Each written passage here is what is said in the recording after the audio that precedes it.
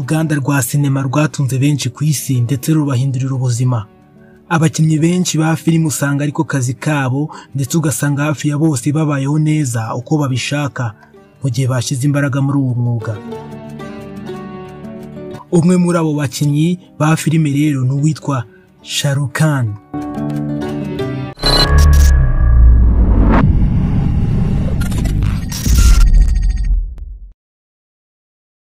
रात के लिए बहुत शर्मिंदा हूँ। मैंने आपके साथ बहुत बदतमीजी की। SHAHRUKH KHAN ukomoka mu gihugu cy'Ubuhinde biturutse ku buhanga bwe ndetse no ku mpano yavukanye. Uyu mugabo nta wabura kuvuga ko ariwe uyoboye igisata cya filime z'ibihinde benshi bamenyereye nka Bollywood. Bitewe n'ukuntu akunzwe n'abareba izi filime benshi batangiye kumwita amazina agaragaza ko ari umwami wa filime z'igihinde nka King Khan, King of Bollywood, Badshah n'ayandi. Ese ubundi SHAHRUKH KHAN ni muntu ki?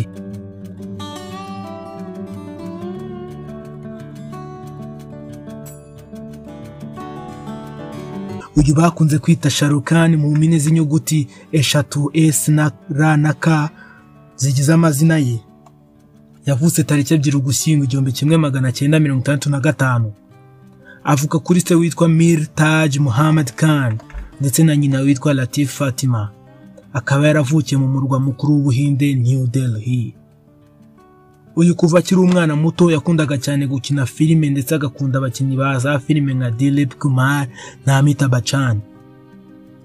Bitewe n'urukundo yakundaga gukina filime byatumye ava mu ishuri rikuru yigagamo atarangije ajya kwikomereza umwuga w'inzozi ze wo gukina filime.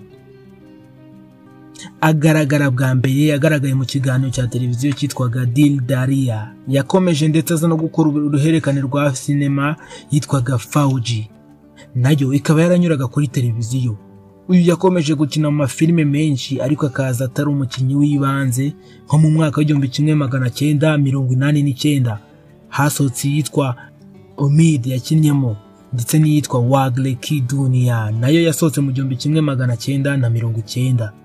Mu mwaka w'1991 yakinnye mu yindi yitwa Idiot.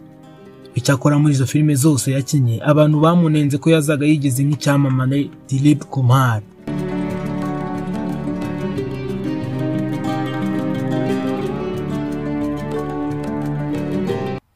Ubwo nyina umubyara yari amaze gupfa, SHAHRUKH KHAN yafashe umwanzuro wo kujya ku ruganda rukora sinema z'igihinde arirwo Bollywood.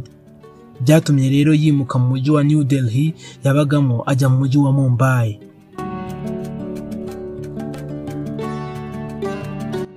Bitewe n'uko yari yaritwaye neza cyane mu ruhererekane rwa za filime yari ku mateleviziyo, byatumye mu mwaka w'1992 ahita abona umwanya muri za filime zigera kuri enye harimo nk'iyitwa Dil Ashna Hai na Diwana ndetse n'izindi.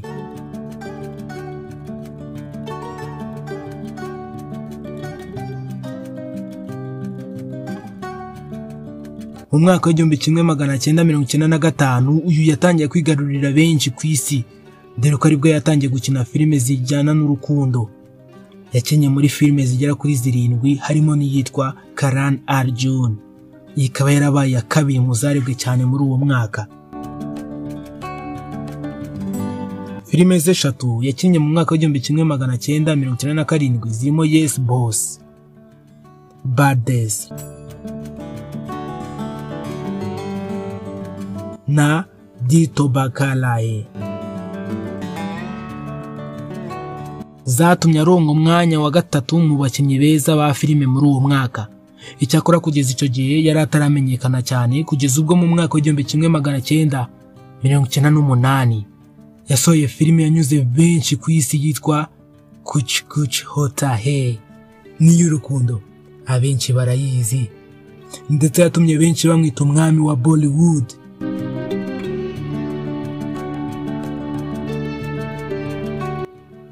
Benshi batangazwa nuko nubwo yakinaga filime z'urukundo zanatumye amenyekana cyane, ariko akaba nta n'ahantu na hamwe yigeze agaragara asomana n'umukobwa cyangwa se amusoma na rimwe muri filime ze.